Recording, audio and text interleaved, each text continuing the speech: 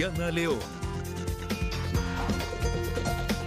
Aquí empezamos. La comisión formada por el gobierno para que analice la situación del IES presentó hoy parte de su informe al presidente de la República. En él hay varias propuestas para buscar una sostenibilidad al sistema de pensiones. Belén Merizalde está con nosotros esta noche para darnos algunas líneas. Hola, ¿qué tal? Así es. Las propuestas que ha elaborado la comisión que formó el gobierno a inicios de año aún no se han conocido públicamente, pero ya se ha podido acceder a algunos detalles que buscarían dar sostenibilidad al sistema de pensiones. Una de las propuestas es incrementar los años de aportaciones de 30 a 35. Además, ampliar el número de años que se toman en cuenta para la pensión jubilar. Actualmente se calcula con los 5 mejores años de sueldo. En 2023, la pensión más alta que ha pagado el IES es de $2.475, una de las más elevadas de toda la región.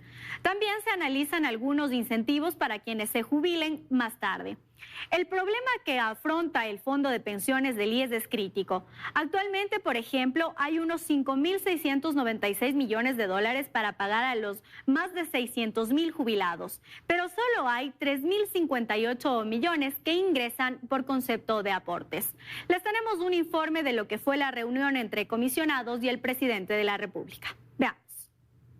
La cita fue en el Palacio de Carondelet, pero sin el ingreso de medios de comunicación. La comisión que formó el gobierno para que analice la situación del IES hace 6 meses, finalmente le entregó al presidente Guillermo Lasso su propuesta, aunque no lograron terminar toda su exposición. El presidente nos dio un espacio de 2 horas, nos quedamos 3 horas y aún así no logramos terminar la presentación. Entonces vamos a terminar de explicarle nuestra propuesta. Inmediatamente después de que hagamos eso, empezaremos a socializarle con todo el público. El informe está dividido en 2 grandes temáticas. Sistema de jubilación del IES y sistema de ahorro para motivar el ahorro en el país para la vejez. En todo caso, las propuestas no son vinculantes ni retroactivas. Los pensionistas de hoy y los pensionistas próximos a jubilarse deben estar absolutamente en paz y tranquilos. Y el resto de ecuatorianos que les falta años para jubilarse entran proporcionalmente al sistema actual y al sistema nuevo. Por ejemplo, a alguien que le falta la mitad de tiempo para jubilarse, él va a entrar la mitad en el sistema actual y la mitad en el nuevo sistema, lo cual es absolutamente justo. Salgado además explica que de ser aceptadas, son varias las vías que se deberían seguir. Decreto emergente podría ser una de las vías. Lógicamente, si es que son reformas legales, tendrán que pasar por la Asamblea y tal vez otras sean incluso decisiones administrativas del Consejo Directivo. Una vez que nosotros conozcamos, seguramente nos tomaremos un tiempo para analizar la propuesta. La socialización del documento que estaba prevista para este martes se trasladó para el miércoles. Esto para que el primer mandatario conozca toda la propuesta.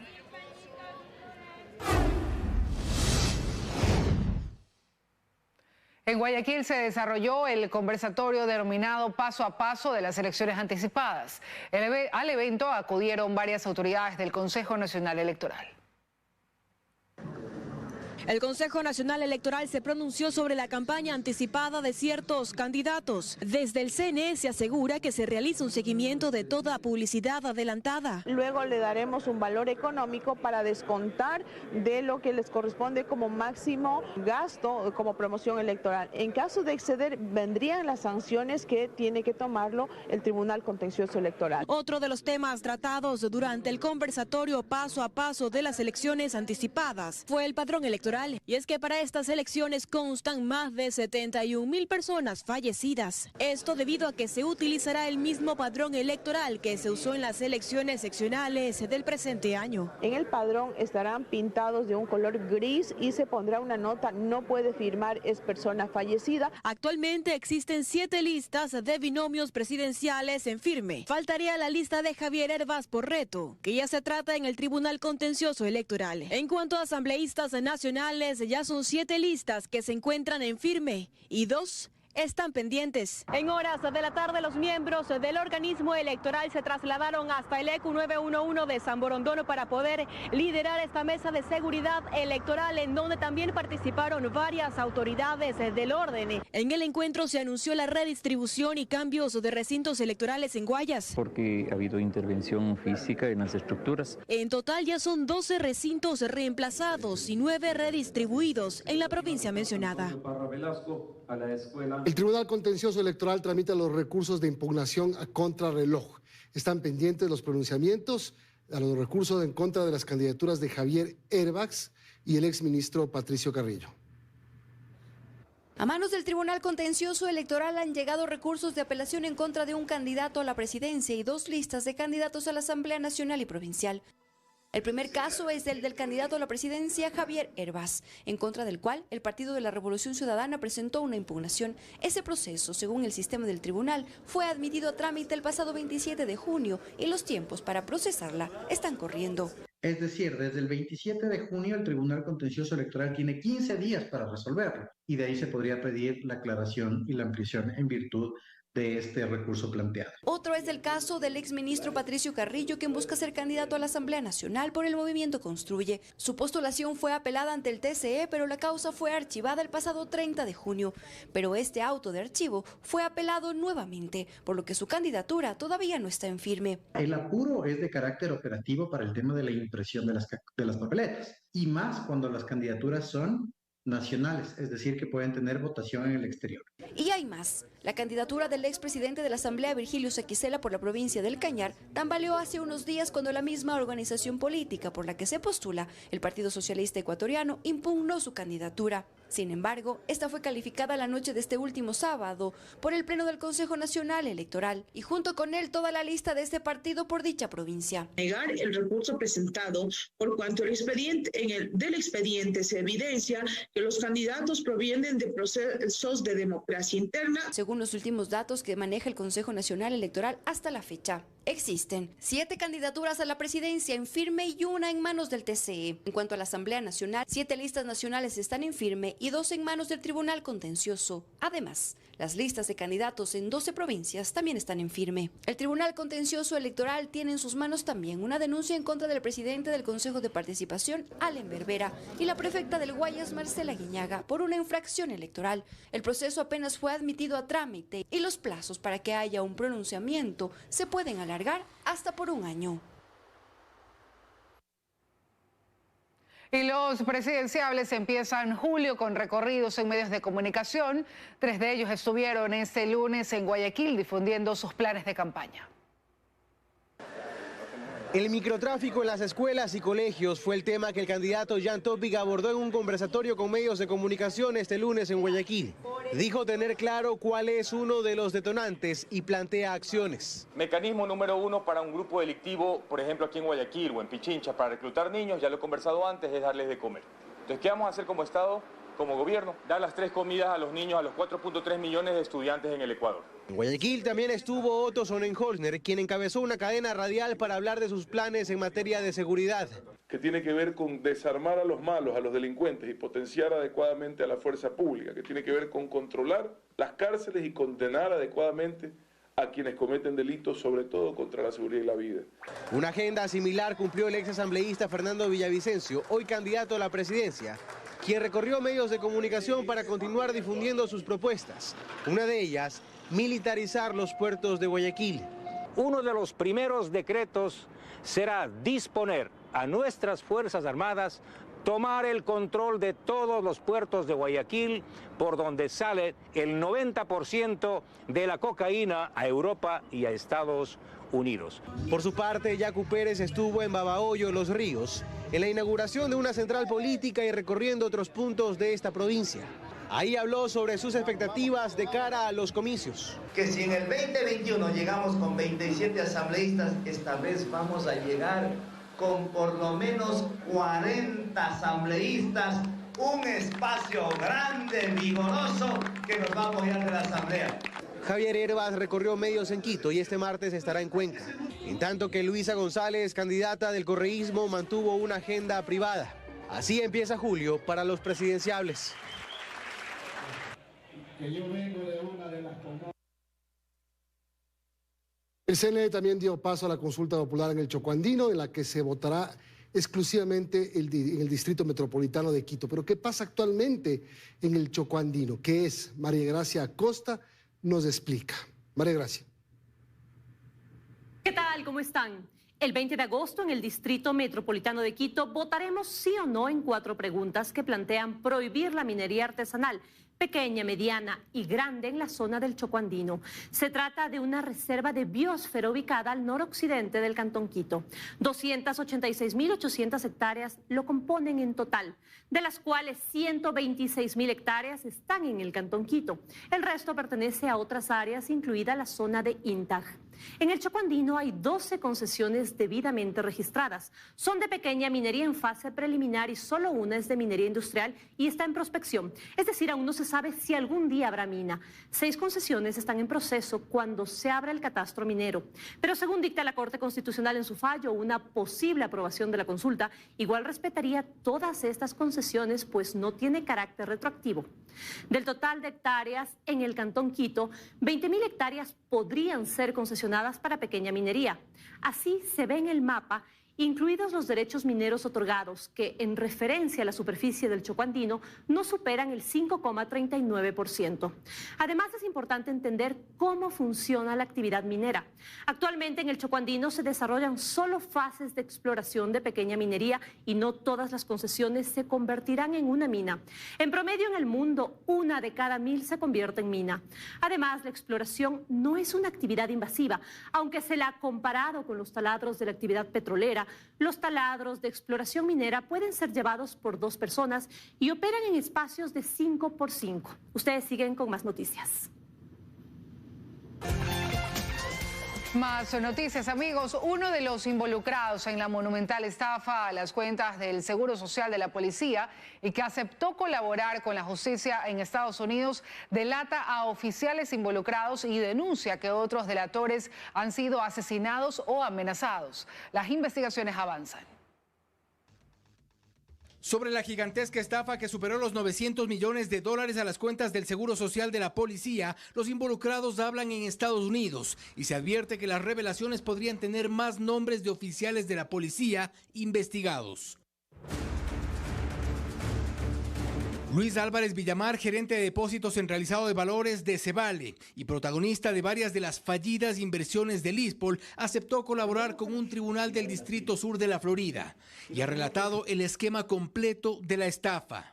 En el documento con el cual acepta la reducción de su sentencia ofreciendo dar información sobre la trama, Álvarez confirma que solicita una reducción de la sentencia del 33%. La sentencia actual es de 26 meses. En el documento reconocen que Álvarez fue la primera persona en aceptar cooperar, que viajó voluntariamente a los Estados Unidos para hacerlo, que ha entregado un resumen histórico completo del esquema que operó entre el ISPOL y de Cevale. Para la exministra del Interior, María Paula Romo, esta delación es determinante para dar con quienes han estado al lado de Cherres y detrás de esta estructura. En Ecuador son al menos 36 personas ya que están procesadas, involucran desde altos mandos de la Policía Nacional y del ISPOL hasta directivos del mercado bursátil ecuatoriano, directivos, dueños de casas de valores, porque efectivamente esto fue lo que sucedió. Y esto supone un paso más en el intento por desenredar lo que está detrás del mayor atraco a los fondos de la Seguridad Social de la policía. De ahí que ante las autoridades, dice el documento, Álvarez identificó a todos los cómplices actualmente acusados y los no acusados, incluidos policías de alto rango y oficiales en Ecuador. Destacan que la cooperación de Álvarez ha sido fundamental en la preparación de la solicitud de extradición de Jorge, alias El Mago Cherres, principal involucrado en la trama de los $900 millones. También dice el documento, Luis Álvarez también ayudó identificando los activos involucrados en este esquema. Él también fue interrogado por los fiscales ecuatorianos y que continuó cooperando a pesar de enterarse que otras personas que cooperaron en el esquema ISPOL habían sido asesinadas o recibieron amenazas de muerte. Son palabras mayores, esperemos saber cuáles son los nombres que revelan, pero es muy importante recordar que estas investigaciones siguen tanto en Ecuador como en Estados Unidos. Se empieza a aclarar sobre quiénes fueron los responsables y a recuperar el dinero de los policías, que son dos cosas muy importantes. No se conoce aún los nombres de quienes, según Álvarez, murieron en este intento por develar a otros beneficiarios del atraco. Los términos de la cooperación y algunos detalles adicionales son parte de la coordinación de la investigación entre autoridades de Estados Unidos y fiscales en Ecuador. Tras las decisiones judiciales de restituir a más de 200 policías a la institución, pese a tener denuncias sobre asesinato, lavado de activos, el ministro del Interior ha realizado varias diligencias, como una denuncia ante el Consejo de la Judicatura contra un juez de Santo Domingo, quien ya fue suspendido por 3 meses. También se han presentado procesos contra jueces de Pastaza y Guayaquil. Ninguno de los policías ha retomado sus actividades. El ministro del Interior dijo que no va a acatar estas decisiones y por ello recibió una sanción de $250 diarios. Son por procesos en los que los jueces declaran un derecho constitucional que no existe, que es el ascenso. Entonces, en ese sentido, no se ha podido, obviamente, ejecutar estas sentencias, tornándose inejecutable. Por ese sentido es que los jueces están imponiendo multas compulsivas, pero tomaremos ya las acciones en Corte Constitucional. En el caso de Santo Domingo son 4 procesados por asesinato. Del caso de Guayaquil son 4 procesados también por el delito de tráfico ilícito que fueron reincorporados, y de los 200 que ustedes me hablan son por acuerdos ministeriales que fueron emitidos en el año 2013 con los que se están reincorporando a los servidores policiales. Por el momento ya fue sancionado un juez en Santo Domingo y se encuentra ya presentadas las denuncias para los jueces de la sala de Guayaquil. El primer fin de semana de julio registró 30 asesinatos. La mayoría de estos hechos violentos fueron en Guayaquil y Durán. Joana Ramos está con nosotros y nos tiene más detalles. Joana, adelante. ¿Qué tal? Muchas gracias. 30 asesinatos y más de 20 heridos en apenas 72 horas. En el siguiente mapa ubiquemos dónde se registraron estos hechos violentos. En el sur de Guayaquil, cerca del puerto marítimo, 5 personas fueron acribilladas. Eran trabajadores de una empresa que ofrece reparación y mantenimiento de contenedores. Ninguna de las víctimas tenía antecedentes penales. Fusiles, armas largas, munición calibre .223. Y lo que tiene que ver a armas cortas, pistolas semiautomáticas. También en el sur de Guayaquil, en las Malvinas, fueron baleadas 9 personas. Según la policía, los sicarios buscaban a uno de los invitados a la fiesta que se celebraba en el lugar. Seguimos en el sur, en el Cristo del Consuelo. Otras 10 personas fueron baleadas, 3 de ellas fallecieron. Entre los heridos hay 2 menores de edad. Por versión de los moradores, se conoce que los victimarios portaban armas tipo fusil. Otro hecho violento en las calles 19 y El Oro, suburbio de Guayaquil. 2 personas fueron asesinadas. Y en Chongón, en el oeste de Guayaquil, hombres armados disfrazados de policías ingresaron a una finca. Ahí acribillaron a una mujer y 2 hombres. Pero no solo en Guayaquil hubo asesinatos. En Durán, solo el fin de semana, se registraron al menos 10 muertes violentas. Durante el primer semestre, en la zona 8, se contabilizaron casi 1.300 asesinatos. Siguen ustedes con más. El concurso para designar al nuevo Contralor General del Estado avanza con la certificación de requisitos de los 103 postulantes. Este lunes la Comisión Ciudadana de Selección designó a su secretario. Daniela Valencia nos amplía esta información. El concurso para designar al nuevo Contralor General del Estado vuelve a encaminarse. Este lunes, tras designar a Francisco Toral como secretario de la Comisión Ciudadana de Selección, finalmente el grupo que deberá desarrollar las 7 fases para este proceso está completo. En el que hay muchas expectativas y con el apoyo de la Comisión Ciudadana de las Funciones del Estado, esperamos llegar al mejor término por el bien del Ecuador. El presidente de esta agrupación explica que el concurso está actualmente en segunda fase. Es justamente de revisión de prohibición de requisitos e inhabilidades de los postulantes y En cuanto a esa fase, nosotros ya teníamos una resolución con un listado de candidatos admitidos. La siguiente fase es la fase de escrutinio e impugnación ciudadana. El 28 de abril, el concurso para elegir a la primera autoridad de la Contraloría General retornó a la fase de admisibilidad, luego de que un juez de la Unidad Judicial de Rumiñahui aceptó a trámite una acción de protección y dispuso que el concurso se realice con el reglamento aprobado en julio de 2021 y derogado en abril de 2022. Para el presidente del Consejo de Participación, uno de los cambios más importantes es retomar el banco de 2.000 preguntas. Y no va a haber etapa subjetiva de valoración, sino que los concursantes, lo que saquen en el examen es lo que sacan, y a partir de eso pues obtendrán su nota. El que cualifique será el más puntuado. Los 103 postulantes serán calificados sobre 100 puntos, 50 puntos correspondientes a los méritos y 50 a la oposición o proescrita, que estará integrada en un 30% por temas de auditoría, un 30% en derechos, 20% de administración y gestión pública, 10 en economía y finanzas y 10 en ética pública y conocimientos generales. De acuerdo al cronograma, el nuevo Contralor General del Estado será designado a finales de septiembre o inicios de octubre. Corto, listos para un concierto más de Yo Me Llamo. La competencia se pone más buena y conversamos con el último eliminado del mejor show musical de imitación del mundo.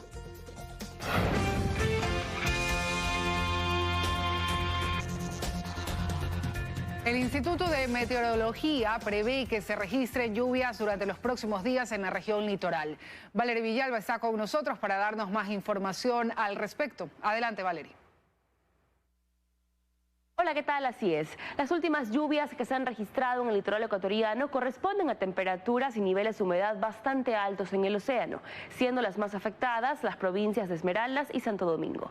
El Instituto de Meteorología e Hidrología INAMI menciona que para esta semana se espera de igual forma lluvias de intensidad de ligeras a moderadas. A continuación el reporte. Que las lluvias registradas este fin de semana son parte de las condiciones previas a la formación del fenómeno del Niño, es lo que asegura el INAMI, en donde se destaca por las altas temperaturas y la humedad que se forma en las costas del país. La provincia verde, Esmeraldas, incluso presentó tormentas eléctricas en los últimos días. El pronóstico para esta semana destaca la presencia de lluvias de ligera a moderada intensidad en las provincias de Esmeraldas, Santo Domingo, Los Ríos, Guayas y la zona interna de Manabí. Si bien la intensidad de precipitaciones no es la misma tan fuerte como se presentó sobre todo en los meses de marzo y abril, sin embargo estas precipitaciones en algunas ocasiones ya se presentan anómalas. Quiere decir que estas precipitaciones no son propias ya de la época. Que para esta época del año ya se debería estar en la estación seca, en donde el acumulado de lluvias es mucho menor, pero que aún no se puede hablar de la llegada al fenómeno del Niño, ya que no se cumplen con todos los parámetros. Actualmente el sistema que originó lluvias muy intensas en los meses de marzo y abril en la costa ecuatoriana se ha trasladado grados más al norte y actualmente mantiene una incidencia sobre las costas occidentales de Colombia y sobre Centroamérica. Para las siguientes semanas se espera la llegada de la corriente fría de Humboldt, que dependiendo de su fuerza, servirá en el mejor de los panoramas para contrarrestar la intensidad del evento de El Niño, misma que está siendo monitoreada constantemente por el Comité ERFEN. La presencia de El Niño en nuestro país se espera que llegue para los meses de diciembre de este año o enero de 2024.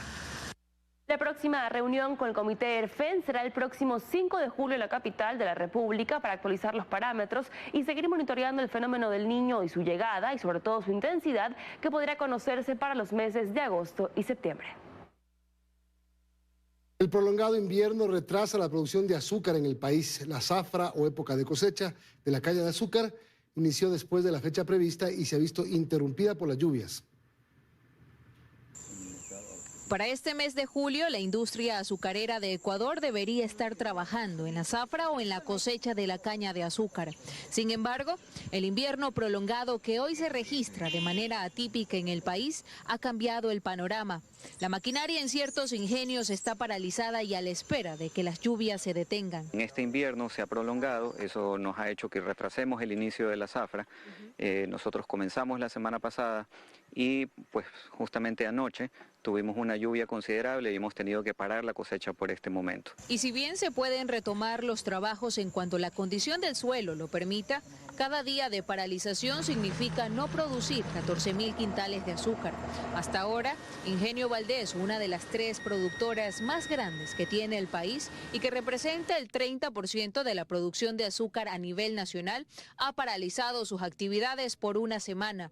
Es decir, no ha podido fabricar 80.000 sacos del producto. Es por eso que han realizado importaciones para abastecer la demanda del mercado ecuatoriano, un factor que al final de cuentas podría influir en el precio del producto. Si se acorta la zafra, pues no vamos a poder moler toda la caña que tenemos y eso va a afectar nuestros costos de producción definitivamente. Hasta este punto llegan los cañicultores, que representan el 60% de la materia prima que produce este ingenio, un grupo que también se vería afectado por las condiciones climáticas. La caña de ellos quedaría rezagada y habría que cosecharla el próximo año, pero eso significaría que pues ellos no tendrían ingresos este año. El invierno atípico no solo retrasaría la producción de azúcar a nivel nacional, también la del alcohol anhidro, que se deriva de la materia prima, la caña de azúcar, y sirve como componente para producir la gasolina Ecopaís. En otro tema, desde el pasado 30 de junio, las cédulas caducadas perdieron validez para realizar trámites, excepto para sufragar. Ante ello, el Registro Civil habilitó turnos. El costo de la renovación es de $16. Mediante una resolución del pasado 10 de febrero de 2023, el Registro Civil extendió la validez de las cédulas de identidad caducadas. Ese plazo terminó el pasado viernes 30 de junio, por lo que desde dicha fecha ya no pueden ser usadas para ningún trámite, excepto para sufragar. Recordemos que vivimos tiempos de pandemia, en lo cual las personas no podíamos acercarnos a la agencia y de esta manera se pensó en aquellas personas que tenían un documento caducado o a su vez que se les perdió o se les robó o se les robaron y pueden acceder nuevamente a la obtención del documento.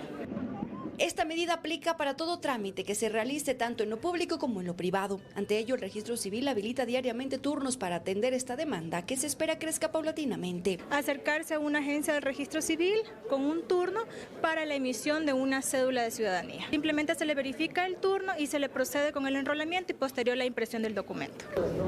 En las instalaciones del Registro Civil Matriz en Quito encontramos a Erika Núñez. Ella tenía su cédula de identidad en mal estado y debía renovarla. Por ello tomó un turno y de inmediato obtuvo su validación.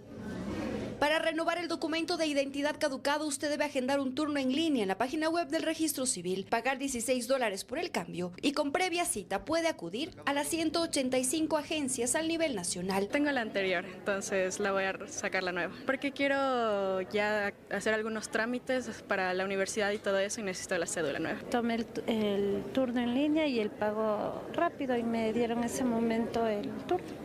Para renovar su documento de identidad no es necesario que usted presente la cédula caducada.